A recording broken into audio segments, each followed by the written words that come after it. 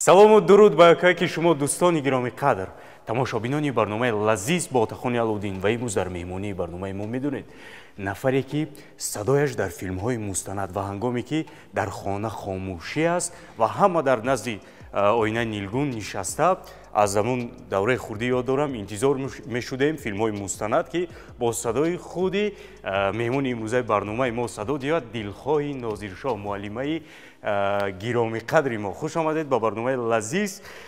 Ташаккур ки даъвати моро пазируфтед ва бисёр медонед хурсанд ҳастам аз дидор бо шумо, аз шиносоӣ бо шумо ва аз суҳбат бо шумо. زیاد لطف کردید. سلامت باشید. و نخست میخوام که پیش از آغاز برنامه به همه دوستانم، به هم سینفونم، به هم کورسونم یک سلامی خیلی صمیمی بفرستم. برای چی؟ برای چی؟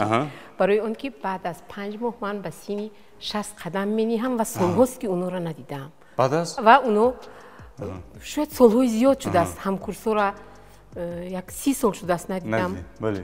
از پای کار و از پای سال. بله. برای همین شاید که اونها منو ببینن بسیار میخوام که سلام صمیمی منو قبول کنن. سلامت باشید و حتما اونها قبول میکنن چون که در تلویزیون سفینه در تلویزیون ما اومد در برنامه لذیذ اومد همون چشیدن مزه فرستادن سلام فرستادن درود از کامراهای ما میگذارد به اون طرفی و باید بگویم که سفینه همین درگاه سفینه برای من خیلی خیلی عزیز است چون که من مدتی زیاده از 7 سال سردار اداره تهیه فیلم ها و دوبلاژ همین مؤسسه بودم. اینجا عزیز است خیلی برای من همه بچه‌ها برای من شناسن عزیزند برای من احترام میگذارم. در این دایره هم صحبت میکنیم. میدونید بینندگان گرامی همین مهمون امروزی برنامه ما معلمه عزیز از سالهای اولی همون تأسیس یابی تلویزیون بسیار و همون قسم دوبلاژ گوییم اگر شعبه دوبلاژ بسیار سهمی ارزنده گذاشتن در دوبلاژ فیلم های مستند فیلم های خارجی در ترجمه فیلم ها از زبان های خارجی بسیار سهمی ارزنده دارند و امروز در این دایره هم صحبت میکنیم و میدونید چه خیلی که میگوین این همه بهانه است و دیدار غنیمت است و چی آماده میکنیم امروز همراه شما؟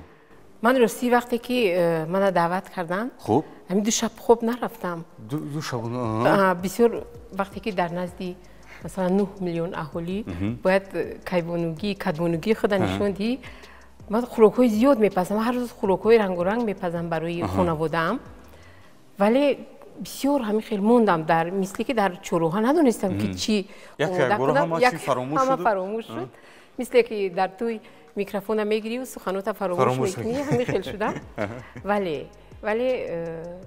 فکر میکنم که در تاجیکستان زنی نیست که غذا پختن تواند خوراک پختن تواند این یک غذایی است که من نمیدونم چی نام دارد این ایجاد خودی من است این غذا رو فقط من تابستان میپزم برای چی تابستان که همین سبزیجات و میوه و همه چیز تر و تازه زیاد است برای همین یک اندازه این خوراک پرهیزی هم گوییم میشود زیرا که اساسش گوشت مرغ است. گوشت مرغ است بله. گوشت مرغ بینندگان گرامی گوشت پرهیزی است و برای همه نمودی چی بیماری معده چی بیماری قند چی بله همه چی بله ممکن است یعنی استعمال کرد. بیاید اول شناس کنیم که کدام محصولات ها چی ها به ما لازم میشن برای خوراکی ما. نخست ما گوشت مرغ رو گوشت مرغ بینندگان گرامی بله. سپس کارتوشکا میبینم در اینجا کارتوشکا بعد بویمجان دو تا بلغاری و قلمفوری بلغاری دو دونه کافیست برای ما باشد. خوب یه آغاز کنیم. در اول با ما چی لازم میشه؟ در اول ما یک قاشق نمک. نمک. خوب اگر لازم شد باز ایلوه کنیم. یا فکر میکنم که بهتر میبینیم. بله. آب جوشد. بعد جوشیدن آب ما همین گوشت مرغ رو میاندازیم 15 دقیقه میجوشونیم. خوب یه تو جوشیدن آب کارتوشکا رو یا قرنفل بلغاری رو ریزه کنیم. علاقه همه چیز آماده است. همه چیز آماده ریزه کردن لازم نیست. بعد ریزه میکنیم. خیلی ممکن است که کارتوشکا رو دو پاره کنیم. بله. زیاد میده کردن لازم نیست دو پاره. معلم بیاید صحبت رو آغاز کنیم از سوالی که عنعنوی است. ما از همین آغاز میشود صحبت ما همراه میمونو همین از کجا بود شوق ذوق و یعنی راوی شدن در اویلا بود یگان نفر یعنی راوی یا اینکه گویم اگر روزنامه‌نگار بود یگان نفر در اویلامون روزنامه‌نگار راوی نبود ولی امکم خود رحمتی منظرشو بسیار یک مردی فرهنگ دوست بودن همیشه نشست‌ها می‌آراستند پدرم با امین امکم وقتی که استاد ظفر ناظم به همون ناحیه میرفت دعوت میکردن ظفر ناظم حتی در همون خانه ما حاضر یک تور ایستاده است که از ظفر از همون ظفر ناظم توفه بله بهترین و هر کسی که همون هنری همون تور نواختن داشته باشد به من مراجعت کند من همون تور توفه میکنم برای اون که تور نباید خاموش ایستد بله بله از فرزندان من کسی به این کسب دست نزد نواخته هم نمیتواند بعد از همون وقت شاید سر شد و وقتی که دانشجو شدیم ما رو به خانه رادیو آوردن خوب در کدام دانشگاه در دانشگاه ملی دانشگاه ملی فاکولته فیلولوژی بود شعبه ژورنالیستیک بود اون وقت شعبه ژورنالیستیک بود بعد ما رو رادیو آوردن و آوازهای ما رو سنجیدن خوب و صدای من خیلی کی بود اون نفر خوجم قلوف بود استاد صدای من معقول شد و اجازت داد و دیگرها گفتن که چخیل اکنون ما هم میخونیم ما هم برنامه میکنیم اون وقت اجازت نبود اگر صدا موافقت نمیکرد اجازت نبود که برنامه خودت خونی یعنی اجازت نبود همین چیز اول میسنجیدن بله وقتی که من تمام کردم دانشگاه رو و باز در رادیو فعالیت شروع کردم به یگان کمیسیا مرا اجازه دادن که برنامه ما خونم خودم یگان دیکتر دعوت نکردم در دانشگاه گفتید با خونه رادیو دعوت کردن و نه ما پرکتیکا برای تجربه اندوزی اومدیم در همونجا بعد صداهای ما را سنجیدن و با امین و بسیار کار میکردن با دانشجویانی که تجربه اندوزی می اومدن زیاد کار میکردن اون وقت خب اون وقتا فکر میکنم که کم با فکرم این تماشا میکردن سالهای نورسی شما کودکی شما آینه نیلگون یعنی تلویزیون در خانه ها کم بود نه خودی همون تلویزیون کم بود بله تلویزیون کم بود بعد ما یک تلویزیون داشتیم سیاه و سفید نشون میداد همون تلویزیون را پدرم وای میکردن تریزه خانه را کلون میکشودند و همون روی تلویزیون را به بیرون بعد یک در بیرون می نشستیم یک وای کلون داشتیم یک چادر کلون بود ما تنها نه همه همسایه ها بچه ها دخترک ها می اومدن همون تلویزیون را تماشا میکردن و روزی دیگر من افتخار میکردم که شب در خانه ما تلویزیون تماشا کردم افتخار میکردم بعد اون وقت فیلم های تاجیکی کمی اندر کم بودن فقط ساعتی 9 تا 9:30 کنسرت نمایش میدادن پس از اون که از پختچینی برمیگشتیم شاید از همون وقت نه که من بندی رسمونی گزمالا میگرفتم و پینهانی در تکی پرده پینهان میشدم و چی میگفتم مشق میکردم از کجا یعنی میدیدید شاید از همون تلویزیون میدیدم همین چیزا بله بعد اویستا در مکتب برنده شدم خیلی در دانشگاه هم خیلی چورابینی هم خیلی شد رفت بهترین یعنی ولی من یک حسی همین شرمگینی هیچ وقت مرا ترک نمیکرد هیچ وقت برنامه صرف الوهیده تلویزیونی نداشتم هرچند پروژه ها بود همیشه شرم میکردم از کامera از آدم ها برای همین اویستا شکل گرفت فعالیت ایجادی من که من پشت کادر موندم پشت کادر من فکر میکنم که بی سبب نموندم من در سمت زبان کار کردم در سمت زبانی مادری مشغول شدم به ترجمه فیلم ها به ترجمه فیلم های مستند بله چرا من در ترجمه فیلم های مستند مثل که در موندم اسیر افتادم برای چی برای اون که در فیلم های مستند مثلا یک شعر در اونجا بسیار فلسفه زندگی را می آموزی مثلا یک شعر از روزی که زندگی هست شده است در همین سیاره زمین اسلوب شکارش رو دیگر نکرده است اسلوب شکارش رو دیگر نکرده است و هر چیزی که در طبیعت هست یعنی که طبیعت هست کرده است اون چیزی لازمی است سر کرده از پشه تا مورچه و تیمساه و نمیدونم هر چی که هست در طبیعت تو بهموت و تو تمام اون ماهیای الکترونیکی که در تگ آب هستن همه اینو به سبب نیستن و اکنون سینما نزدیک 60 که شد بعد به خلاصه اومدم که یگانه آفریده که طبیعت آفریده است و نااستوار است انسان بوده است. فقط یعنی برای چی؟ فقط او را استوار میکرده از تربیه، خوندن کتاب، بعد اویله سالم. همچون زن من همین خیلی فکر دارم که اویله سالم همون فرزند رو مکمل میگردوند. اگر اویله سالم نباشد، ناسالم باشد، همه این به پسیکولوژی، به روح و روان کودک ضرری خودش دارد.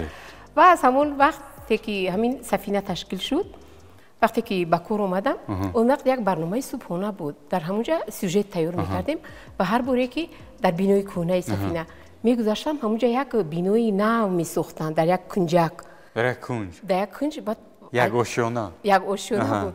و بسیار بینای خرد بود و فکر میکنم که با خردیش بسیار کارهای بزرگی رو انجام داد. چرا بزرگ؟ چرا که اگر انسانی که عموما ملتی که زبانش رو از دست میدهد ملت از بین میرود. برای زبان کار کرد. همون بینای خردک کارهای بزرگی رو انجام داد و برای زبان کار کرد. خب اولین تلویزیونی که شما رو به کار دعوت کردین تلویزیون سفینه بود یا اینکه مرا دعوت نکردن؟ من خودم وقتی که کشاده شوی همین تلویزیون دیدم اینقدر افتخار کردم که من یک نفری فرهنگ دوست هستم بودم همون وقت هستم. بسیار خواستم که در همین کلکتیو باشم. ولی از یک چیز هراس داشتم. از سین و سال برای اونجا جوانکایی که نه از پشتی همین میزی دانشجویی بر اومده بودن اومده کار میکردن و من به قبل یک وای بودم یا اپا بودم یا خوله بودم در اونجا. ولی در هر صورت یک با گفتی روسو ریسک کردم، توکل کردم، رفتم و من رو خوش قبول کردن. 2-3 ماه در همون برنامه صبحانه کار کردم. بعد گفتن که نه، مثل که یک گپ است که استاد صدرالدین عینی دیگه فعالیت ایجادیش از چارچوبه نظم و نثر کوچید. من هم گفتن که نه، جای تو اینجا نیست. با دوبلیاژ. بعد اومدیم سر کردیم کاری دوبلیاژ. اکو دوبلیاژ چند مرحله ها دارد. اول فیلم رو انتخاب کردن در کار همون فیلمی رو که با معنویاتی مردمی ما درست باشد، موافق باشد. بعد فیلمی رو که ترجمهش کمی آسان‌تر باشد. اول ما آسان‌تر میگفتیم برای چی؟ برای اون که کاری قدم‌های نخستین بود. برای همین بعد همون رهبریت همون وقتا با ما گفتن که شما هیچ ترس و هراس نکنید. کودک یک روزه قدم نمیزند. بله. کودک در 3 سالگیش بعد پیدا میکند و بعد قدم های نخستین بگذارد. همین طور هم شد. اول یک فیلم ترجمه میکردیم یا که 1.5 فیلم نیم پوله میکردیم. بعد هم خیلی شد که در یک ماه 4 تا فیلمی مستند و 4 تا فیلمی بدیعی ترجمه میکردیم، دوبلیاژ میکردیم. در یک ماه؟ بله. در یک ماه 4 فیلم؟ بله. بهترین. و خب کارتوشکا چند دونه من در اینجا کارتوشکا با 2 دونه دیگر. با 2 دونه دیگر. میده نکنید فقط. خب همین 2 قسم. فقط 2 قسم. 2 قسم لازم با ما. خب سبزی هم با ما لازم است؟ نه در اینجا سبزی با ما لازم نیست. شاید که بعدترها من فکر کنم که سبزی هم استفاده بریم. ولی در اینجا من توکل نمیکنم. در خونه یک دو بپزم بعد دفعه دیگر اومده. بله. خب حوزی نمیاندازیم برای 5 دقیقه. خب پیش از با تلویزیون کار اومدن در کجا در رادیو کار میکردید؟ پیش از با تلویزیون با کار اومدن وقتی که من دانشگاه رو ختم کردم خب ما دانشجویان رو و یک حجت دیگر دادن که در اونجا شعبه ژورنالیستیک رو ختم کرد. گفته همون حالم ایستاده. شعبه ژورنالیستیک یعنی روزنامه‌نگار. شعبه روزنامه‌نگار نوشتگی نبود. شعبه ژورنالیستیک هم نوشتگی بود. حال هم ایستاده است. و همیشه من خود رو ژورنالیست معرفی می‌کردم. برای چی نمیدونم.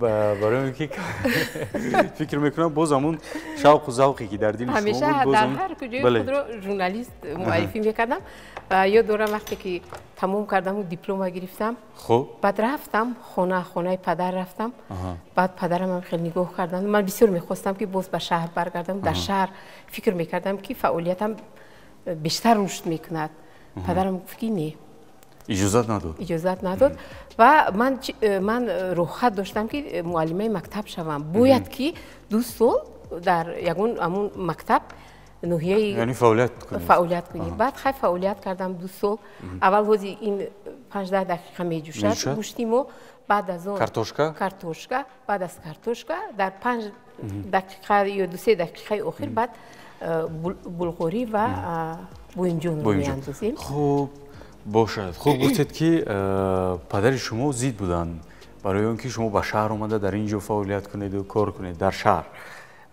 بعد چی گپ شد گفتید با مکتب بعد در مکتب همچون معلمه کار کردم من نمیخواستم که همچون معلمه کار کنم هر روز من یگون وای تشکیل میکردم محفل های اونجا محفل های شعرخوانی بود محفل های رقص بود من برخوردار بودم از رقص از شعرخوانی حتی شعر هم می نوشتم بعد محفلی شاعران نوقلمان جوان تشکیل کردم خیلی فقط میخواستم که میانی مردم باشم و چیزی تشکیل کنم و مردم با کجای کشم با کجای راهنمون سازم جلب کنم همین چیزا میخواستم خیلی اینه که متاسفانه هم نه خوشبختانه 1 سال کار کردم و بعد از 1 سال من اویلادار شدم از بس که همسرم در شهر بودن و اومدیم به شهر این تقدیر است و شاید که اومد وقتی که انسان چیز سخت میخواهد همون چیز میشده است انا کن آبی ما جوشید ما آیسته آیسته میتوانیم که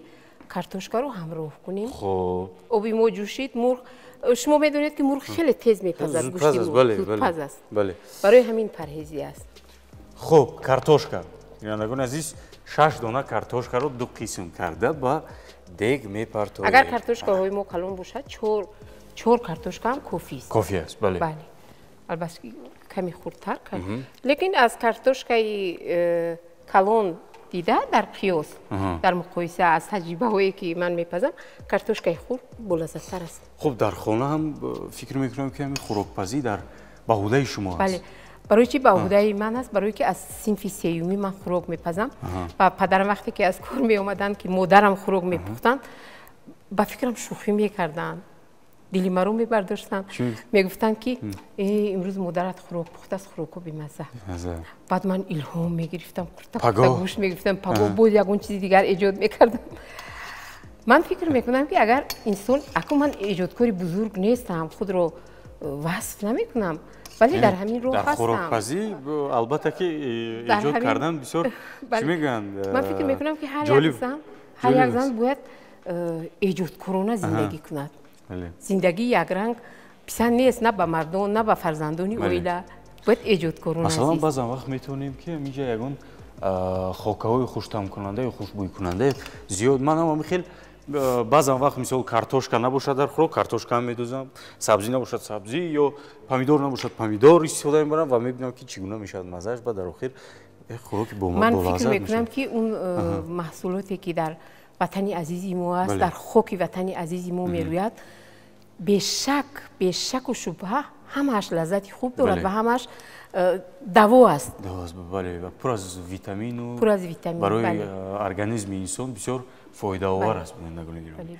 خب ما سری دیگمون رو میپوشیم برای سرپوش رو میپوشیم برای تستر جوشیدنش خب شما در موضوع دوبلاژ یعنی صحبت کردیم در اول گفتید که یاد داشتید همون اولین مرتبه همون یک بینای خورده که یک آشیانگی میساختن در سفینه یعنی چی گویم اگر بینای کهنه خب در اونجا میساختن خب بعد چی گپ شد وقتی که دیدید شما ساخته ایستاده بودند خب اون وقتی که بینا رو نیم کولا ساخته بودن هم خیلی تصادف شد یا همین خیلی اتفاق افتاد که پای من شکست.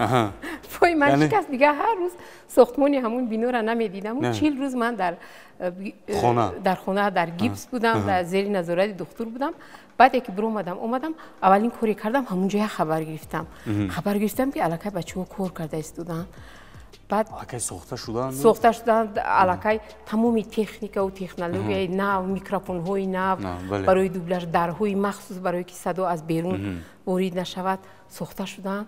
اینقدر خوشم اومد. من عبودی رو دوست می‌دارم. خوشم اومد از عبودی بچه‌ها تبریک کردم و رفتم باز کاری پیشینه.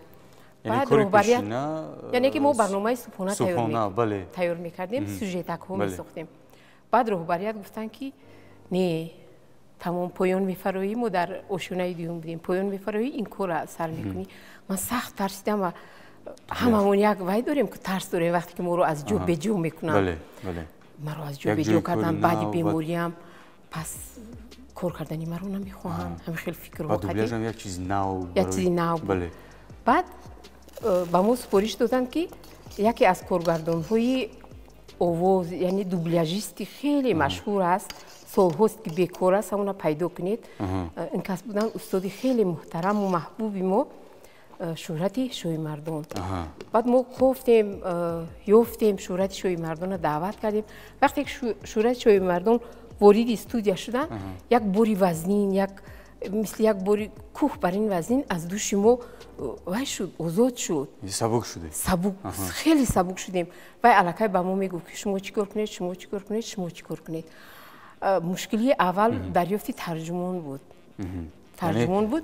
شهرت شوی مردان گفتن که یگان خیلی ترجمان نکنید، خودتون سر کنید. شما صاحب زبان هستید، خودتون ترجمه رو سر کنید. بعد 5 دقیقه فراموش نکنیم خب. بعد از 5 یا 3 دقیقه توزیع نمی‌کنیم، توزیع نکنیم. خیلی زنده. بله. بگذار یگان رنگی دیگر هم گیریم. سرخ. بله. سرخ. بعد بویم جون ریزه کنم یا اینکه؟ نه هم خیلی زنده توزیع نمی‌کنیم. زنده. برای اون که این بسیار وای می‌شود، بیزید می‌شود. بعدی که ما با این مدت تفتون میمونیم. باشه. بله. بیاید یک کار می‌کنیم. تو جوشیدن این که 5 دقیقه می‌جوشد. با من یک ظرف لازم که وای تیار کنم. یعنی صوص برای بله. بعد هم خیلی ترجمه فیلم های ما دوام کردن آغاز شد و اولین فیلمی هنری که دراز مدت بود فیلمی بندی کافکاس بود. بله. همه این فیلم میدونن، از دوره شوروی دوستم میدونن این فیلم.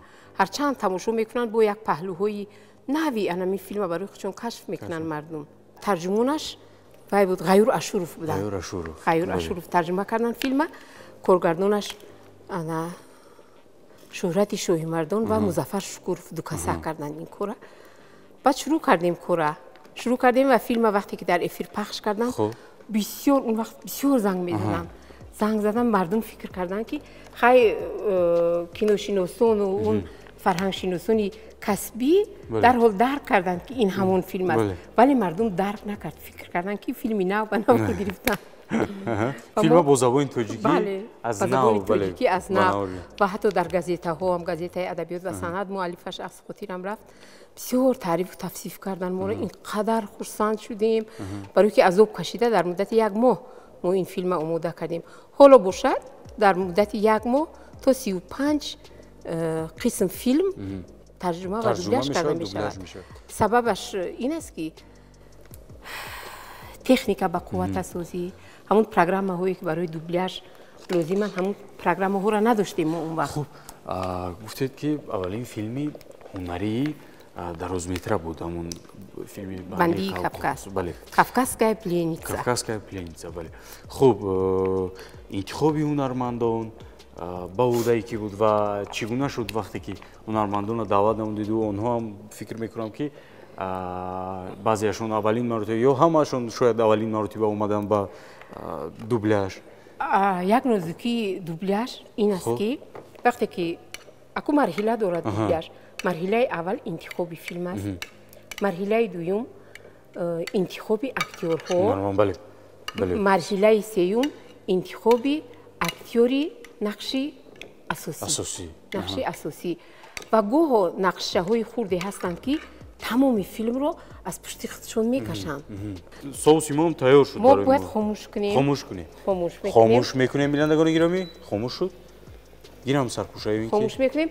акнун не бигзор. бигзор дам. акнун барои мо амун лаълии тафдон лозим. аз тафдон бошад.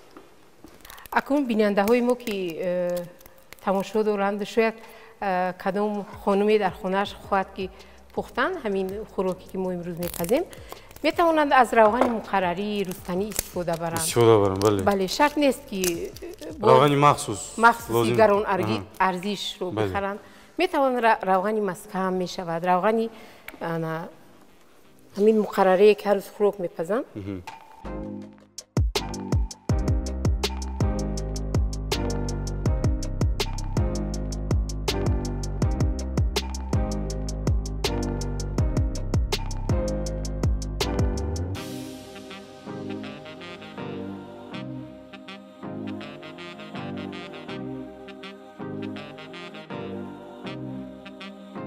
вақте ки мо ҳамун вай омода кардем соуси худамона аму соуса дар ҳамин маҳсулотое ки ҷӯшондем сар карда аз картошкаву мурғу ҳама як бор олуда мекунем.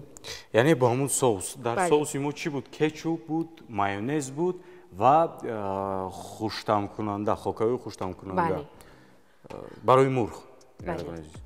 акнун монд мурғи мо бояд мо ҳатман пӯсти мурғро ҷудо кунем. Мурғ ҷудо кунем. бошад.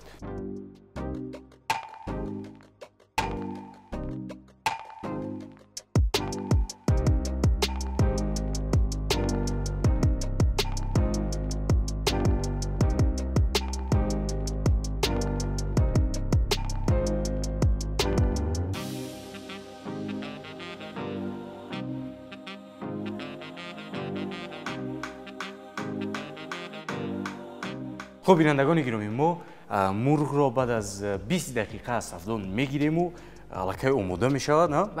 و پنیر را در بالایش از توربتراشک گذرانیده در بالایش میگذاریم و بعد استعمال میکنیم. انا لکه میبینم که 20 دقیقه هم شد. باید چیکار کنیم؟ باز وای گرفته؟ بویش بله تمامی استودیوی برنامه فرو گرفت و مرحله آخرین ما این پنیر است. پنیر رو از توربتراشک میگذارونیم شما میگذارونید. خب اینا گذراندن لازم برای بالایش. برای بالایش.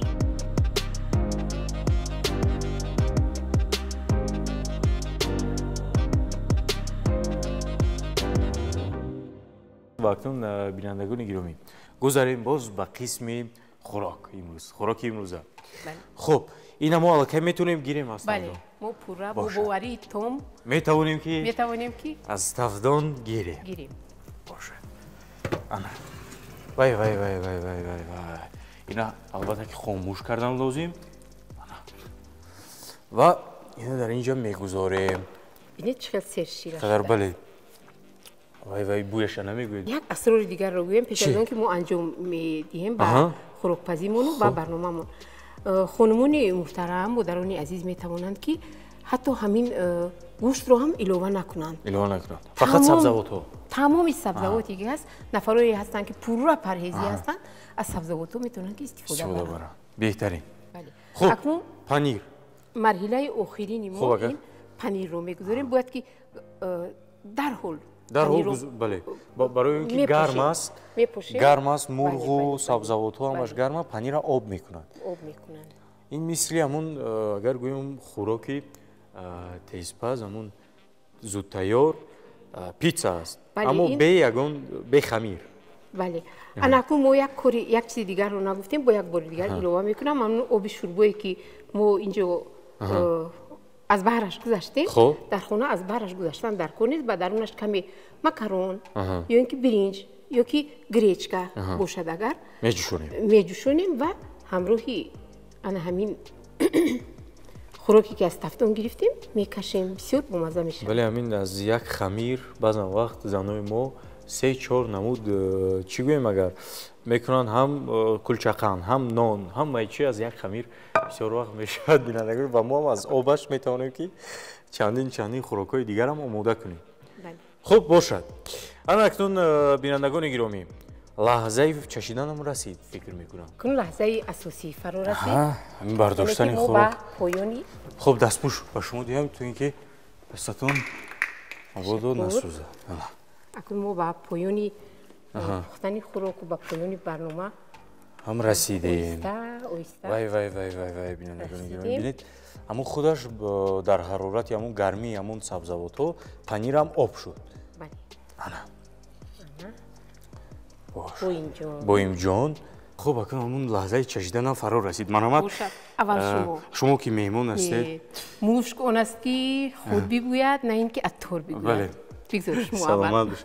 خب از مرغش کمک مزه مرغ بینندگان عزیز چشیم کنیم و میتونید که بینندگان عزیز از بالای مرغ کمک دیگر پمیدور باشد اوش شود. بای. اکنون خودم از کارتوشکاش میچشم. شما وصف مرغ رو کردید میبینیم که کارتوشکا مزهش خیلی شده است. ببینید چقدر ملایم. خیلی بامزه. همون خیلی که من میخواستم همون خیلی شده است. سلامت باشید. تشکر زیاد که امروز آمدید با برنامه ما. مینداری خویش از نام خودم از نام تمامی اهل کارمندان تلویزیون سفینه با شما بیان میکنم و چخیلی که گفتیم در اولی برنامه بسیار شاد گشتیم از دیدار با شما، از صحبت با شما و اینقدر خوراکی با لذت برای ما آماده نبودید و فکر میکنم که این خوراک نه تنها با من بلکه با تمامی تماشابینان برنامه لذیذ پسند آمده است. البته خب خیلی من هم شد میشنم اگر که لحظه هم باشد برای بیننده های سفینه عزیز. من سفینه رو زیاد دوست میدارم. اگر غذای هم غذا و هم غذای معنوی بخشیده باشید. سلامت باشید. بله. خب چی تمنا دارید با تماشابینان ما؟ پیش از همه یک گنجی بی بها به همه تمنا دارم. سلامتی. بله. سلامت باشید. بگذار همیشه سلامت باشید و بگذار صدای شما همیشه از تلویزیون های ما همیشه صدا دیاد و باز همون خاطره های چون از دوره کودکی بودم به یاد بیاریم و همیشه باشد. همیشه باشید. سلامت باشید. خب منم بینندگان گرامی از فرصت مناسب استفاده بوده با هر یکی شما سلامتی میخوام، سعادت روزگار در خاندان شما و همیشه دسترخوانی پرفیض و برکت. بله. و فضای خاندان شما همیشه پر از شادی باشد، پر از خنده باشد و همیشه چخیلی که گفتیم پر از فیض و پر از برکت باشد دسترخوانتون همیشه و با برنامه لذیذ با تخانی علاودین بمانید. خیر بینندگان عزیز تا برنامه های آینده.